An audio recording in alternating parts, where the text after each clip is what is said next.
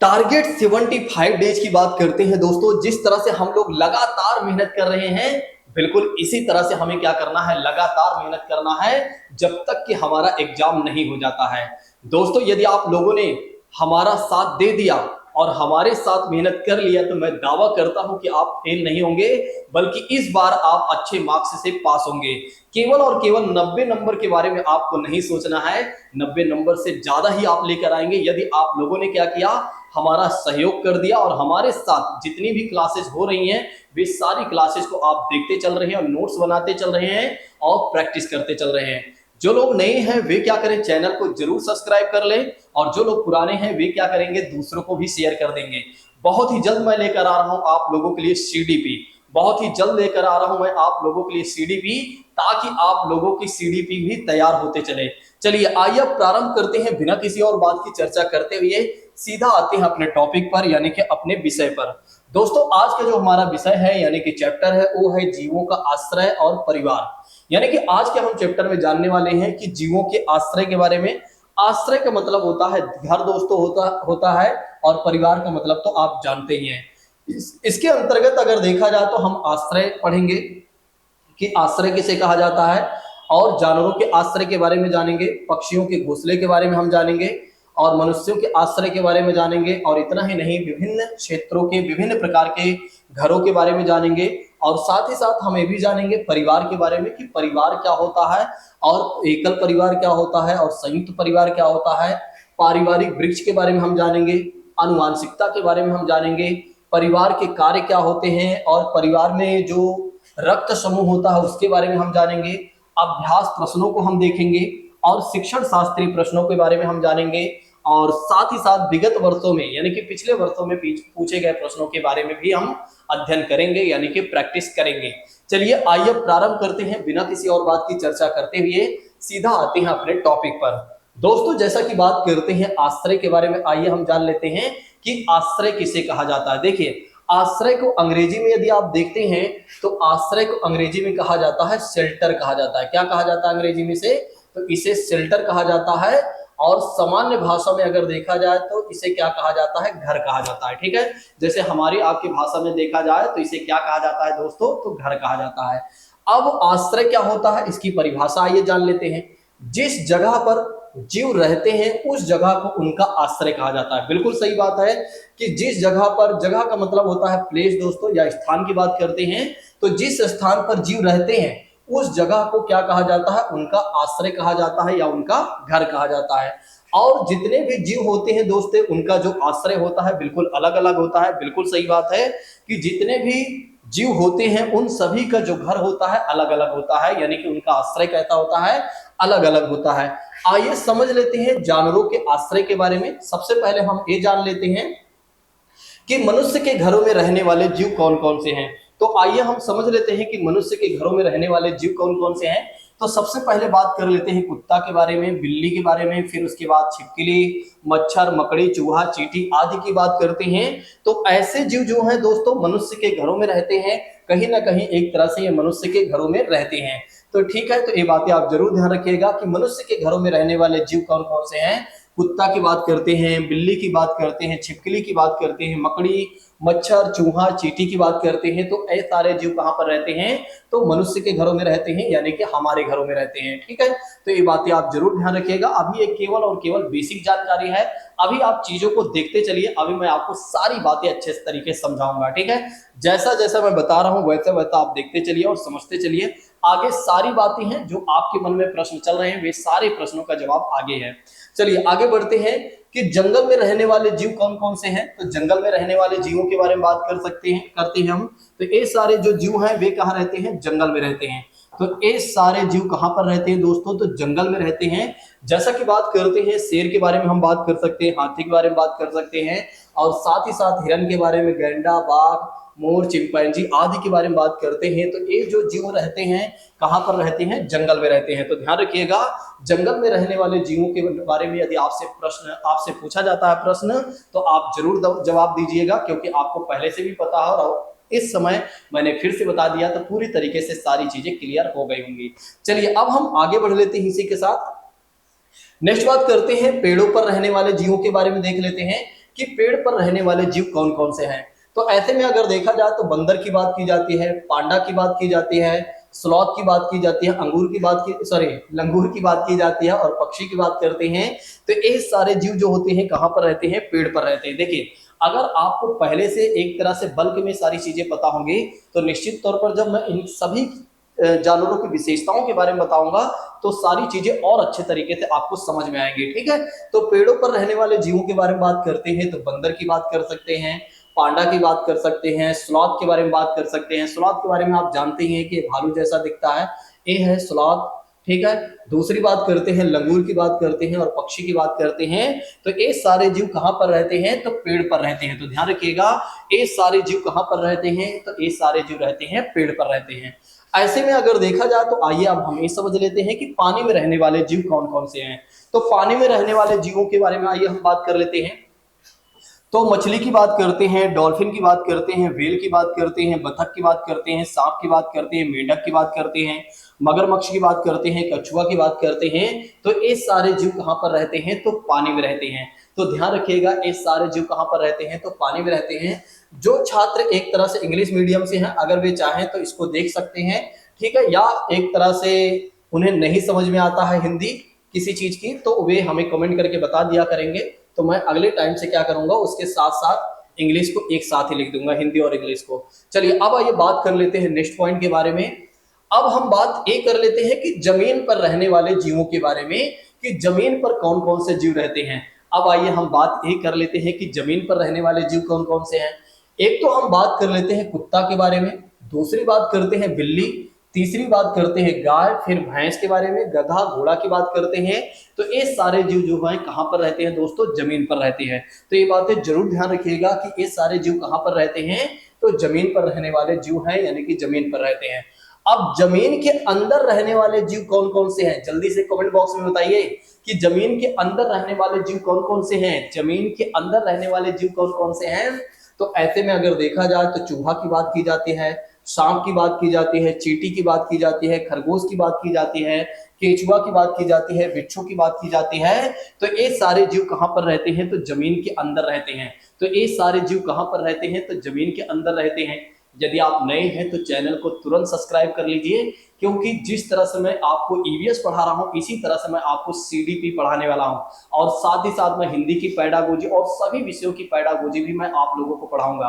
बस आप लोगों को हमें सपोर्ट और स्नेह प्यार चाहिए। अगर आप लोगों ने हमारा सपोर्ट और आप लोगों ने यदि हमें अपना सपोर्ट और स्नेह दे दिया तो निश्चित तौर पर इस बार जो लोग भी हमारी पूरी सीरीज को अच्छे तरीके से देख कर जाएंगे वे वापस नहीं आएंगे, यानी कि फेल नहीं होंगे।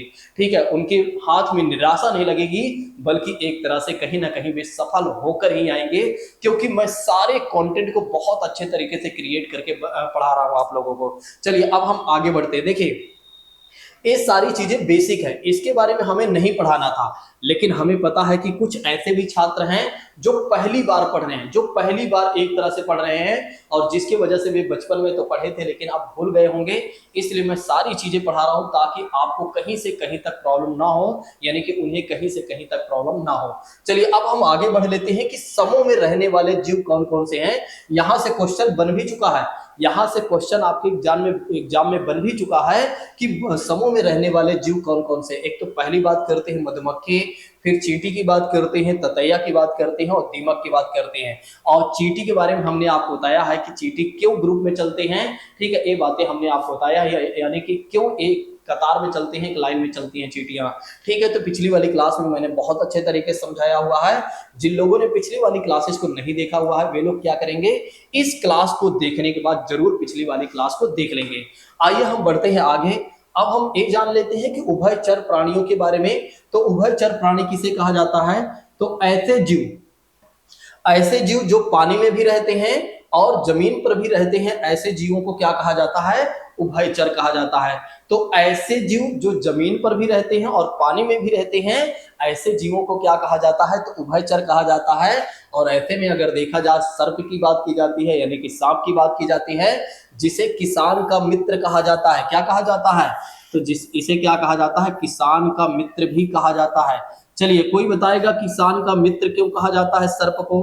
ठीक है, किसान का मित्र क्यों कहा जाता है सर्प को। दरअसल क्या हुआ, एक दिन मैं पढ़ा रहा था तो एक बच्चे से मैंने पूछा, मतलब एसएससी का बच्चा था, तो सीटेट वालों के साथ वो बैठ गया था, और मैंने उससे पूछा कि अच्छा किसान का मित्र क्यों कहा जाता है सर्प को, तो उसने जवाब दिया कि सर इसलिए कहा जाता है क्योंकि जब किसान नहीं रहता है, घर मतलब खेत में नहीं जाता है, तो सांप क्या करता है, एक तरह से खेत में जाता है। ठीक है, तो मतलब एक तरह से उसका एक अच्छा ही जवाब रहा, लेकिन उस समय तो अच्छा लगा था, उसके कहने का तात्पर्य अलग था और समझने का तात्पर्य भी अलग था। ठीक है, तो काफी मजा मिला था उस समय। चलिए आप लोग बताइए कि किसान का मित्र सर्प को क्यों कहा जाता है। चलिए मैं आपको बता देता हूँ। दरअसल क्या है कि ये जो सांप होते हैं ना, ये जो सर्प होते हैं ना, एक खेतों में जाते हैं, एक खेतों में जाते हैं, और खेतों में क्या पाए जाते हैं, चूहे पाए जाते हैं। खेतों में क्या पाए जाते हैं, चूहे पाए जाते हैं। और ये जो चूहे होते हैं ना, इतने खतरनाक और इतने दुष्ट प्राणी होते हैं कि ये क्या करते हैं, फसलों को बर्बाद कर देते हैं। तो ये क्या करते हैं, फसलों को बर्बाद कर देते हैं, और जिसके वजह से जो सांप होते हैं ये जाते हैं ऐसे चूहों को खा जाते हैं, और जिसके वजह से क्या होता है दोस्तों, कहीं ना कहीं फसल बच जाती है। और इसलिए क्या होता है कि सांप को क्या कहा जाता है, किसान का मित्र कहा जाता है। सांप को क्या कहा जाता है, किसान का मित्र कहा जाता है। ये बातें आप जरूर ध्यान रखिएगा, भूलिएगा नहीं। नेक्स्ट बात करते हैं मेंढक के बारे में, बात करते हैं मगरमच्छ की बात करते हैं दोस्तों। तो उभयचर प्राणी में यदि आप देखें तो सांप, मेंढक और सर्प की, मगरमच्छ की बात की जाती है। चलिए अब इसी के साथ हम आगे बढ़ लेते हैं कि कौन कौन से वे जीव हैं और उनका विशेष आश्रय क्या होता है, आइए हम समझ लेते हैं। सबसे पहले हम बात करते हैं शेर के बारे में दोस्तों। तो शेर कहां पर रहता है, या शेर कहां पर रहते हैं, तो मान में रहते हैं, और मान को क्या कहा जाता है, डेन कहा जाता है। तो ध्यान रखिएगा, शेर कहां पर रहते हैं दोस्तों, तो मान में रहते हैं, और जिसे क्या कहा जाता है, डेन कहा जाता है। नेक्स्ट बात करते हैं कुत्ता के बारे में, बात कर लेते हैं। तो कुत्ता कहां पर रहते हैं, तो कुकुरशाला की बात करते हैं, और इसे क्या कहा जाता है, केनल कहा जाता है। क्या कहा जाता है, तो इसे केनल कहा जाता है दोस्तों। ये बातें जरूर ध्यान रखिएगा।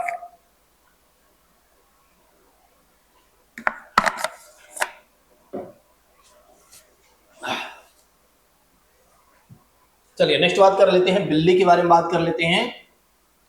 तो बिल्ली जहां पर रहती है दोस्तों, उसे क्या कहा जाता है, पिंजरा कहा जाता है, यानी कि केज कहा जाता है। नेक्स्ट बात करते हैं भेड़ की, बात करते हैं। तो भेड़ कहां पर रहते हैं, तो भेड़ के बारे में कहां रहते हैं, तो एक बाड़ा में रहते हैं, जिसे क्या कहा जाता है, पेन कहा जाता है। ध्यान रखिएगा, इसे अंग्रेजी में क्या कहा जाता है, पेन कहा जाता है। हाथी के बारे में बात करते हैं। तो हाथी कहां पर रहते हैं, तो हाथी के बारे में बात करते हैं, तो जंगल में रहते हैं। और मुर्गी की बात करते हैं, तो मुर्गी कहां पर रहती है दोस्तों, दड़बा में, और जिसे क्या कहा जाता है, कूप कहा जाता है। तो इसे क्या कहा जाता है दोस्तों, कूप कहा जाता है। ये बातें भी आप लोग ध्यान रखिएगा। घोड़ा के बारे में बात करते हैं। तो घोड़ा कहां पर रहते हैं, तो घोड़ा रहते हैं अस्तबल में रहते हैं, और जिसे क्या कहा जाता है, स्टेबल कहा जाता है। नेक्स्ट बात करते हैं बैल गाय की, बात करते हैं। तो ये कहां पर रहते हैं, साइवान में रहते हैं, जिसे क्या कहा जाता है, शेड कहा जाता है। क्या कहा जाता है, शेड कहा जाता है। मुर्गा मुर्गी की बात करते हैं, मुर्गा मुर्गी की बात करते हैं। तो ये कहां रहते हैं, बाड़ा में रहते हैं, और जिसे क्या कहा जाता है, पेन कहा जाता है। क्या कहा जाता है दोस्तों, तो पेन कहा जाता है। चूहा की बात करते हैं। तो चूहा कहां पर रहते हैं, तो बिल में रहते हैं, जिसे क्या कहा जाता है, होल कहा जाता है। और पक्षी की बात करते हैं। तो ये कहां पर रहते हैं, तो घोंसले में, जिसे नेस्ट कहा जाता है। एक बार फिर से हम रिवीजन कर लेते हैं, ताकि सारी चीजें आपको क्लियर भी हो जाए और याद भी हो जाए। सबसे पहले हमने आपको बताया शेर के बारे में कि शेर कहां पर रहते हैं दोस्तों, तो मान में रहते हैं, जिसे क्या कहा जाता है, डेन कहा जाता है। और कुत्ता की बात करते हैं, तो कुकुरशाला में रहते हैं, जिसे केनल कहा जाता है। बिल्ली की बात करते हैं, तो बिल्ली पिंजरा में रहते हैं, और जिसे केज कहा जाता है। और भेड़ की बात करते हैं, तो बाड़ा में रहते हैं, जिसे पेन कहा जाता है। और हाथी की बात करते हैं, तो हाथी जंगल में रहते हैं और रहती हैं। और मुर्गी की बात करते हैं, तो दड़बा की बात कर सकते हैं, जिसे क्या कहा जाता है, कूप कहा जाता है। और उसके बाद घोड़ा की बात करते हैं दोस्तों, तो अस्तबल में रहते हैं। और बैल गाय की बात करते हैं, तो साइबान में रहते हैं, जिसे शेड कहा जाता है। और मुर्गा मुर्गी की बात करते हैं, तो बाड़ा में रहते हैं, जिसे पेन कहा जाता है। और नेक्स्ट बात करते हैं, चूहा की बात करते हैं, तो बिल में रहते हैं, जिसे होल कहा जाता है। और पक्षी के बारे में आप जानते हैं। ठीक है, यहाँ पर बाड़ा के बारे में देख लेते हैं। तो बाड़ा में रहने वाले कौन कौन से जीव हैं, तो भेड़ की बात करते हैं, और साथ ही साथ यदि आप देखें तो मुर्गा मुर्गी की बात करते हैं, तो ये भी बाड़ा में ही रहते हैं। तो ये भी बाड़ा में रहते हैं। ये बातें आप जरूर ध्यान रखिएगा, भूलिएगा नहीं। चलिए अब हम इसी के साथ बढ़ते हैं आगे दोस्तों। चलिए अब हम बढ़ते हैं इसी के साथ आगे पॉइंट पर। जैसा कि बात करते हैं पक्षियों के घोंसले के बारे में, आइए हम समझ लेते हैं कि पक्षियां आखिर घोंसला क्यों बनाती हैं। तो ऐसे में अगर देखा जाए तो जो पक्षियां होती हैं जो पक्षियां होती हैं वे स्वयं अपने घोंसलों का निर्माण करती हैं दोस्तों, या बनाते हैं। और जितने भी पक्षी होते हैं इनके घोंसले एक जैसे नहीं होते हैं। कई बार हमारे एग्जामिनेशन में क्वेश्चन पूछा जाता है, क्या सभी पक्षियों के घोंसले एक जैसे होते हैं? तो कुछ लोग होते हैं जो ज्यादा माइंडेड वाले होते हैं, वे क्या कहते हैं कि बिल्कुल एक जैसे ही सभी के घोंसले होते हैं। अब घोंसले में क्या अंतर होगा? हमारा घर थोड़े ना है कि एक तरह से जैसे हमारे घर होते हैं कि एक जैसे होते हैं। लेकिन अगर आप देखें तो हमारे भी घर एक जैसे नहीं होते। किसी का 1 मंजिल, किसी का 2 मंजिल, किसी का 2 BHK, 3 BHK, 4 BHK, और गांव में अगर देखा जाए तो 10 BHK होता है। सॉरी, देखिए अगर गांव में आप देखें ना तो 10 BHK आपको मिल जाएगा। बहुत सारे घर एक साथ मिल जाते हैं, चाहे आप ऊपर देखें और नीचे देखें, एक जैसे ही सारा घर बना होता है। शहरों की बात अलग है। आइए हम आगे बढ़ते हैं इसी के साथ। पक्षी जो है सिर्फ अंडे देने के लिए घोंसले बनाते हैं। ये वाला क्वेश्चन कई बार पूछा जा चुका है कि पक्षी क्यों घोंसला बनाते हैं। तो आप ध्यान रखिएगा, पक्षी इसलिए घोंसला बनाते हैं या बनाती हैं सिर्फ अंडे देने के लिए। किसके लिए? तो अंडे देने के लिए घोंसले बनाते हैं। अब नेक्स्ट बात करते हैं, जब अंडे से बच्चे निकल जाते हैं और वे उड़ना शुरू करते हैं तब पक्षी अपना घोंसला छोड़ देते हैं। तो ये बातें भी आप लोग ध्यान रखिएगा, जब अंडे से बच्चे निकल जाते हैं और वे उड़ना शुरू कर देते हैं तब पक्षी क्या करते हैं? अपना घोंसला छोड़ देते हैं। नेक्स्ट बात करते हैं, अब एक खास विशेष पक्षी के बारे में बात करते हैं, और वो पक्षी है दोस्तों कलचिड़ी। वो पक्षी है दोस्तों कलचिड़ी के बारे में बात करते हैं।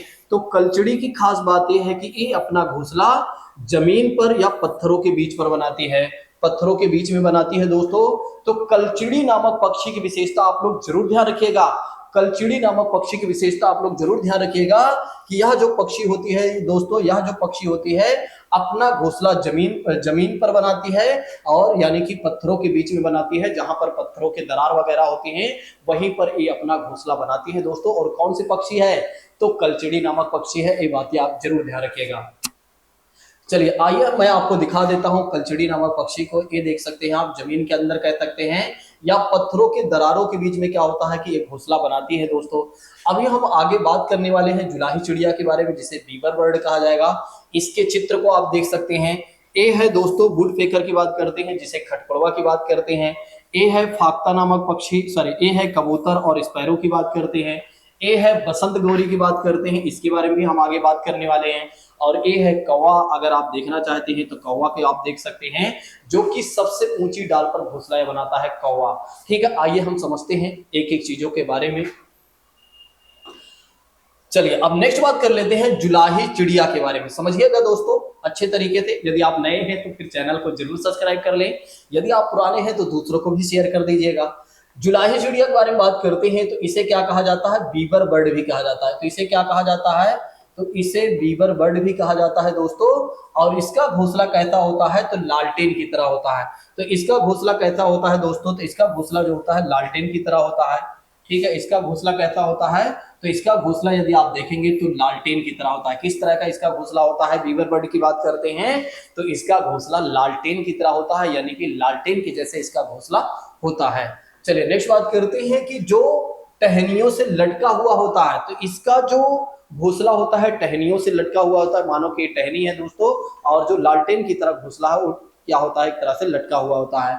और इस पक्षी का घोंसला कौन बनाता है? इसका नर पक्षी क्या करता है? घोंसला बनाता है। और मादा पक्षी क्या करती है? उसे चूज कर लेती है कि किस घोंसले में हमें रहना है, कहां पर हमारे लिए रहने के अनुकूल है। ठीक है, तो एक तरह से अगर आप देखें तो नर पक्षी क्या करता है दोस्तों? घोंसला बनाता है और मादा पक्षी जाकर उसमें रहने लगती है। तो बीवर बर्ड की बात करते हैं तो जिसे जुलाही चिड़िया के नाम से भी जाना जाता है। किस नाम से जाना गया है? बीवर बर्ड की बात करते हैं तो जुलाही चिड़िया के नाम से भी जाना गया है। ठीक है, तो इसका घोंसला कैसे होता है? तो मैंने आपको बताया लालटेन की तरह इसका घोंसला होता है, जो टहनियों से लटका हुआ होता है। और इसके घोंसले का निर्माण कौन करता है? तो नर पक्षी करते हैं या नर पक्षी करता है। लालटेन की तरह लटकता बेहद खूबसूरत घोंसले का निर्माण कौन करता है? नर पक्षी करता है। और इसलिए बुनकर पक्षी और टेलर बर्ड भी कहा जाता है दोस्तों। तो इसे बुनकर पक्षी या टेलर बर्ड भी कहा जाता है। ये बातें भी आप ध्यान रखिएगा, इसे बुनकर पक्षी या एक तरह से टेलर बर्ड भी कहा जाता है। और इसी के कुशलता के कारण इन्हें पक्षियों का इंजीनियर भी कहा जाता है। ये वाला क्वेश्चन तो कई बार हमारे एग्जाम में पूछा जा चुका है कि पक्षियों का इंजीनियर किसे कहा गया है, पक्षियों का इंजीनियर किसे कहा गया है।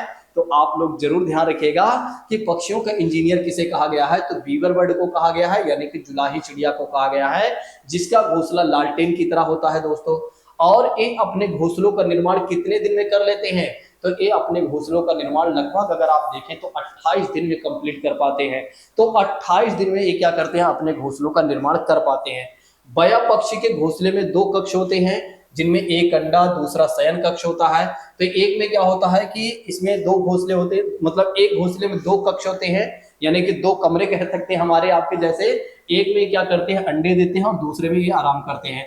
घोंसले का दरवाजा नीचे की तरफ खुलता है और जिसमें एक अथवा कभी कभी 2 दरवाजे भी होते हैं। घोंसले का दरवाजा कैसा होता है दोस्तों, एक चीजें हो सकता ना दिखाई दे रहा हो, आप दिखाई दिया होगा। घोंसले का दरवाजा जो होता है नीचे की तरफ होता है, कभी कभी एक भी होता है दरवाजा और कभी कभी 2 होता है। एक ये देख सकते हैं, एक ये देख सकते हैं। ठीक है, तो जुलाही चिड़िया के बारे में मुझे लगता है कि आप लोगों को बहुत अच्छे समझ में आ गया होगा। अगर आप लोगों को ये बातें समझ में आ गई होंगी, सॉरी आ गई है, तो जल्दी से एक बार आप लोग कमेंट बॉक्स में बताइए कि यस सर, आपने जो हमें समझाया है वो सारी चीजें क्लियर है। एक बार फिर से हम इसे देख लेते हैं। यहां से इनका घोंसला कहते होता है लालटेन की तरह होता है, जो कि बेहद खूबसूरत होता है और इन्हें बुनकर पक्षी या टेलर बर्ड के नाम से भी जाना गया है। इनकी कुशलता के कारण इन्हें इंजीनियर पक्षी भी कहा गया है।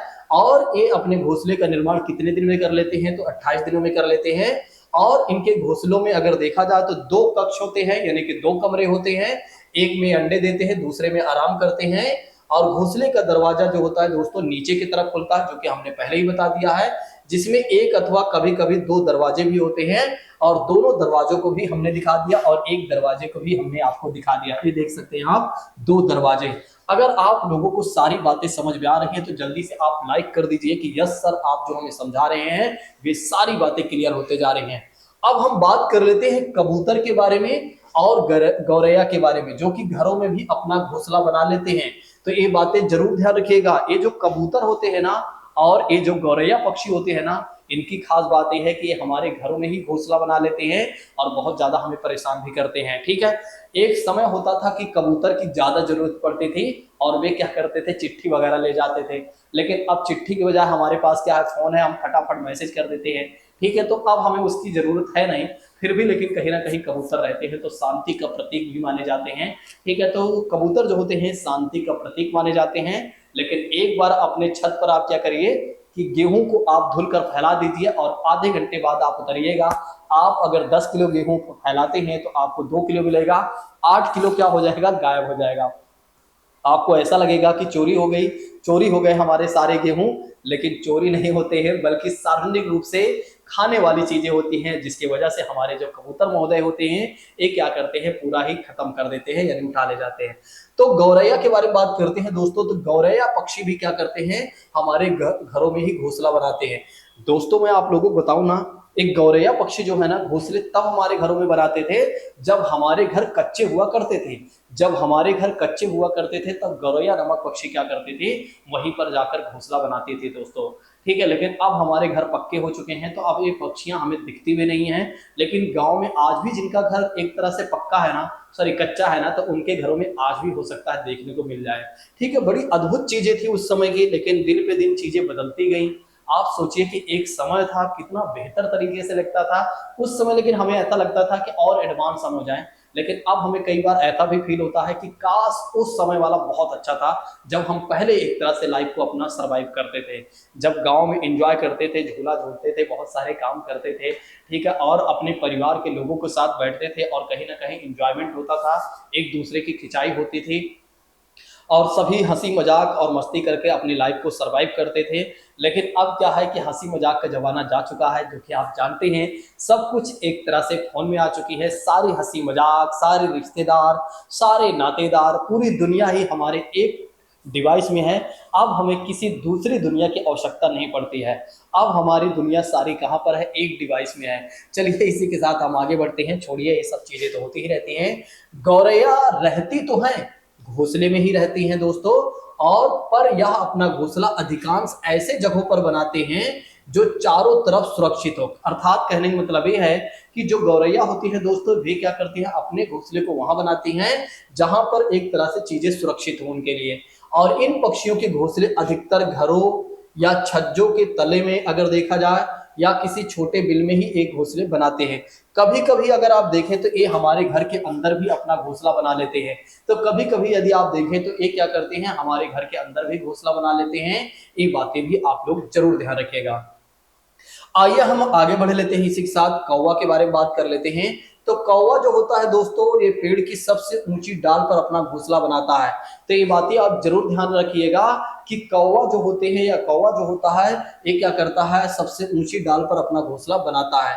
और इस घोंसले को बनाने में कई प्रकार की चीजों का भी इस्तेमाल करते हैं लोग। तो इस प्रकार के घोंसले को बनाने के लिए क्या करते हैं, या अपने घोंसले को बनाने के लिए कई प्रकार की चीजों का इस्तेमाल करते हैं। जहां ऐसे में अगर देखा जाए तो यहाँ तक कि लकड़ी की शाखाएं और लोहे के तार वगैरह को भी इस्तेमाल करते हैं। तो ये बातें भी आप लोग जरूर ध्यान रखिएगा कि कौवा के बारे में, कि ये क्या करते हैं कि एक तरह से लोहे के तार वगैरह का भी इस्तेमाल करते हैं और टहनियां वगैरह का भी इस्तेमाल करते हैं। ठीक है। और जो कौवे होते हैं, ये अपने घोंसले को सबसे ऊंची डाल पर घोंसले बनाते हैं। सॉरी, कौवे जो होते हैं पेड़ की सबसे ऊंची डाल, सॉरी सबसे ऊंची डाल पर क्या करते हैं, घोंसले बनाते हैं। चलिए इसी के साथ हम आगे बढ़ लेते हैं। लेकिन क्या होता है दोस्तों, ये बातें तो आप जानते ही हैं कि एक ऐसा पक्षी भी है, एक ऐसा पक्षी भी है जो सबसे प्यारी पक्षी है, जो सबसे प्यारी पक्षी है और जिसकी आवाज सुनने के लिए हम बड़े ही व्याकुल रहते हैं। लेकिन इसकी एक खास बात यह है कि ये अपना घोंसला नहीं बनाती है, बल्कि क्या होता है कि ये अपने अंडे को कौवे के ही घोंसले में दे देते हैं। तो ये क्या करते हैं, अपने अंडे को कौवे के घोंसले में दे देते हैं। और इसके वजह से क्या होता है, कौवा अपने अंडे को तो सेकता ही है, साथ ही साथ इनके अंडे को भी सेता है। अर्थात कहने का मतलब ये है कि इनके अंडे को तो सेकता ही है, मतलब सेता ही है कह सकते हैं, या पालता ही है। और साथ ही साथ क्या होता, अपने अंडे को पालता ही है कौवा, और साथ ही साथ इनके अंडे को भी पालता है दोस्तों। तो कोयल के बारे में आप जरूर ध्यान रखिएगा दोस्तों, भूलिएगा नहीं।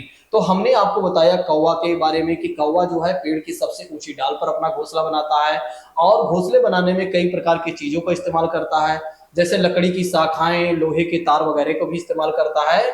और कोयल जो है अपना घोंसला तो नहीं बनाती है, या नहीं बनाते हैं, या नहीं बनाता है, बल्कि ये क्या करते हैं, अपने अंडे को कौवे के घोंसले में ही देते हैं। और जिसकी वजह से क्या होता है कि कौवा बेचारा अपने अंडे को भी सेता है और साथ ही साथ कोयल के भी अंडे को सेता है। सोचिए एक बार, अपने बच्चे को तो लोग पाल नहीं पाते, दूसरे के भी बच्चों को पाल रहे हैं। ठीक है। नेक्स्ट बात करते हैं, फाख्ता नामक पक्षी के बारे में बात कर लेते हैं दोस्तों। फाख्ता नामक पक्षी की बात करते हैं तो ये बिल्कुल कबूतर की ही प्रजाति होती है, कहीं ना कहीं एक कबूतर की ही प्रजाति होती है और इसकी आवाज बड़ी प्यारी होती है। ठीक है। और घू घू की आवाज करती है। ये जो पक्षी होती है ना दोस्तों, ये घू घू की आवाज करती है और जिसकी वजह से इसे घुघु पक्षी भी कहा जाता है। ये वाला क्वेश्चन हमारे एग्जाम में कई बार पूछा जा चुका है कि आप हमें ये बता दीजिए घुघु पक्षी किसे कहा गया है। तो अब अगर आप लोगों से पूछा जाता है तो आप लोग आराम से बता दीजिएगा। देखिए भैया, अगर आप हमसे कह रहे हैं कि घुघु पक्षी किसे कहा जाता है तो हमें पहले से ही पता है, क्योंकि प्रवीण सर ने हमें पढ़ाया था। फाख्ता नामक पक्षी जो होती है, जिसे घुघु पक्षी के नाम से भी जाना जाता है। ठीक है। इसकी आवाज की वजह से इसे घुघु पक्षी के नाम से जाना जाता है। यह एक शोर करने वाला पक्षी और बहुत ही सुंदर पक्षी होता है। यह एक शोर करने वाला पक्षी होता है और बहुत ही सुंदर पक्षी होता है। जैसे कबूतर घुटुर घू की आवाज करते हैं ना, वैसे ही ये भी घू घू की आवाज करते हैं, शोर मचाते हैं दोस्तों। और ये अपने घोंसलों का निर्माण कहाँ पर करते हैं, कैक्टस की बात करते हैं, यानी कि नागफनी की बात करते हैं। तो नागफनी के कांटों के बीच में, नागफनी के कांटों के बीच में क्या होता है, ये अपने घोंसले बनाते हैं। तो ये बातें आप जरूर ध्यान रखिएगा। नागफनी यानी कि कैक्टस की बात करते हैं तो इसके कांटे के बीच में क्या होता है, अपने घोंसले का निर्माण करते हैं। नागफनी को अगर आप देखना चाहते हैं तो आप देख सकते हैं दोस्तों। ठीक है। ये है घुघु पक्षी, जिसे फाख्ता नामक पक्षी कहा गया है, जो कि एक तरह से कैक्टस के झाड़ियों के बीच में या कांटों के बीच में अपना घोंसला बनाती है। ठीक है। तो ये बातें जरूर ध्यान रखिएगा।